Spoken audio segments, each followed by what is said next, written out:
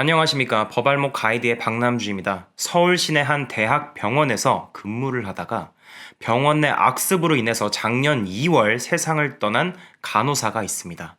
바로 고 박선욱 간호사인데요. 유족들은 이분이 태움이라는 것을 당했다고 합니다. 이 태움이 뭐냐면요. 선임 간호사가 후임을 제가 될 때까지 태우면서 병원 내 업무와 생활을 가르치는 것을 말하는 것입니다. 뭔 용어까지 만들어서 괴롭히고 있네요. 저 같으면 이런 거 오그라들어서 제 입 밖으로 꺼내지도 못할 것 같은데 참. 이 태움으로 인해서 스스로 안타까운 선택을 한 사람은 이분뿐만이 아닙니다. 올해 1월에도 서울 소재 병원에서 근무하던 고 서지윤 간호사가 병원 내 괴롭힘으로 자살을 선택했습니다. 유서에 우리 병원 사람들은 조문 거부한다고까지 밝혔습니다. 얼마나 보기 싫었으면 그랬겠습니까? 그리고 2005년과 2006년에 전남의 한 대학병원에서는 이런 문화로 인해서 간호사 2명이 연달아 세상을 떠나게 되었죠. 사람의 생명을 다루는 일이기 때문에 실수가 있으면 안 돼서 빡세게 가르치는 것은 당연히 이해합니다. 그래야만 하고요. 그런데 스스로 목숨을 끊은 한 간호사가 자신의 언니에게 밥도 못 먹게 만들고 물도 못 마시게 하고 커피 타다가 넘쳤다고 혼나고 신발에서 소리 났다고 혼났다고 이렇게 하소연한 것을 보면 업무적인 것을 떠나서 쓸데없는 것까지 다 따져가면서 괴롭혔던 것입니다. 그런데 이런 태움은 간호사들만의 문제가 아닙니다. 태움이라는 용어로 사용되고 있지는 않더라도 온갖 회사에서 이런 직장 내 괴롭힘은 계속되고 있습니다. 그래서 저는 이번 영상에서 현재 직장 내 괴롭힘으로 극심한 스트레스를 받고 계신 분들이나 이제 새롭게 직장에 들어갈 분들을 위해서 이 직장 내 괴롭힘에 대한 고통을 완벽하게 해결할 수는 없겠지만 조금이나마 그 고통을 덜 수 있게 한 가지 정보를 알려드리려고 합니다.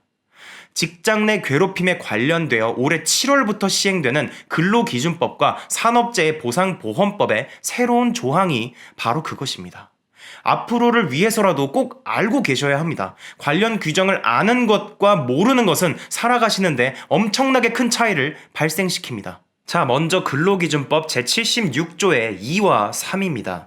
이렇게 올해 7월 16일부터 시행된다고 표시가 되어 있는 것을 보실 수 있습니다. 여길 보세요. 아예 직장 내 괴롭힘이라는 단어가 적혀 있고 이거 하지 말라고 합니다. 그러니까 커피 못 한다고 신발 소리 난다고 태움 같은 거 하지 말라는 거죠. 그 다음 제76조의 3을 보면 누구든지 직장 내 괴롭힘 발생 사실을 알게 되면 사용자한테 신고할 수 있다고 되어 있습니다. 그러면 이 사용자는 이에 대해서 지체 없이 조사를 해야 하고 피해 근로자에 대해서는 적절한 조치를 취해야 하며 피해 근로자의 의견을 들어서 괴롭힘을 한 자에 대해서 징계나 근무장소 변경 등의 조치를 취해야 합니다. 그리고 제6항을 보면 신고자나 피해 근로자에게 해고나 불리한 처우를 하지 말라고 되어 있는데 이 제6항을 무시하면 제109조에 따라서 3년 이하의 징역이나 3천만 원 이하의 벌금에 처하게 됩니다. 그러니까 이 개정되는 법이 사용자한테 야, 니네 직장에서 이런 직장 내 괴롭힘이 생기는 것도 네 책임이야.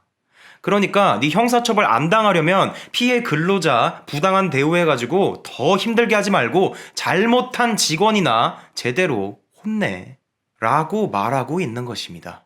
그리고 여기 산업재해보상보험법 제37조를 보시면 직장 내 괴롭힘 그리고 고객의 폭언 등으로 인한 업무상 정신적 스트레스가 원인이 되어 발생한 질병이 있으면 이렇게 업무상의 재해로 본다는 규정도 역시 올해 7월 16일에 시행됩니다. 아까 보신 근로기준법 조항이랑 세트인 것입니다. 그래서 정신적 스트레스로 인한 질병이 업무상 재해로 인정받을 가능성이 과거보다는 높아질 것 같네요. 여기에 추가로 간단한 정보를 하나 더 드리자면 2016년 이전에는 외상 없는 정신과 관련된 질병은 산재 인정이 잘 안 되고 있었는데 2016년 이후로 인정되는 비율이 점차 증가하고 있습니다. 우울증 같은 거로 산재 인정이 안 된다라는 말은 굉장히 시대착오적인 발언입니다. 이런 식으로 근로기준법과 산업재해보상보험법이 개정된 것을 모르고 계신다면 혹시라도 직장 내 괴롭힘을 당하셨을 때 그냥 주변에서 진짜 이 요즘 새끼들은 아주 인내심이 없어요. 인내심이. 세상이 편해서 그런가? 나 때는 안 그랬는데. 야, 나도 힘들어. 나도. 니네 그리고 이런 걸로 신고해봤자 잘리기밖에 더해? 어? 그리고 정신질환으로 산재 인정이 될 것 같냐? 안 돼. 그냥 쫓겨나는 거야, 회사에서. 라는 이상한 말이 진짠 줄 알고 그냥 듣고만 계셔야 할 수도 있습니다. 직장에서 여러분들이 이런 규정을 아는 것을 바라겠습니까? 지금도 그냥 우리들이 직장 내 괴롭힘을 당했을 때 우리들 스스로가 문제니까 나는 그냥 참아야만 한다고 생각하기를 바라고 있을 가능성이 높겠죠. 다만 제대로 된 입증 자료를 준비하지 못하신다면 앞에서 말씀드린 규정은 그냥 무용지물에 불과하기 때문에 입증 자료를 어떻게 준비할지 그 시작 단계에서부터 전문가의 조력이 필요하다라는 것을 아셔야만 합니다. 저번에 미투 영상에 출연하신 서 변호사님께서 하신 말씀을 다시 한번 인용하고 싶네요.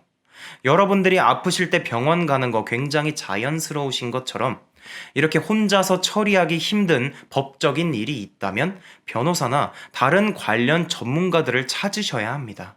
의사가 돈을 받고 환자를 치료해 주듯 그분들도 대가를 받고 혼자서는 할 수 없는 서비스를 제공하는 분들입니다.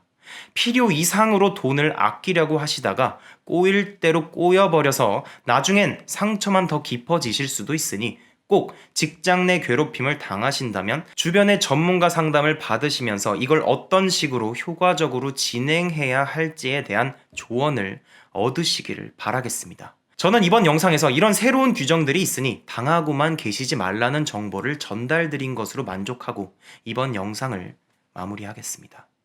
시청해주셔서 감사합니다.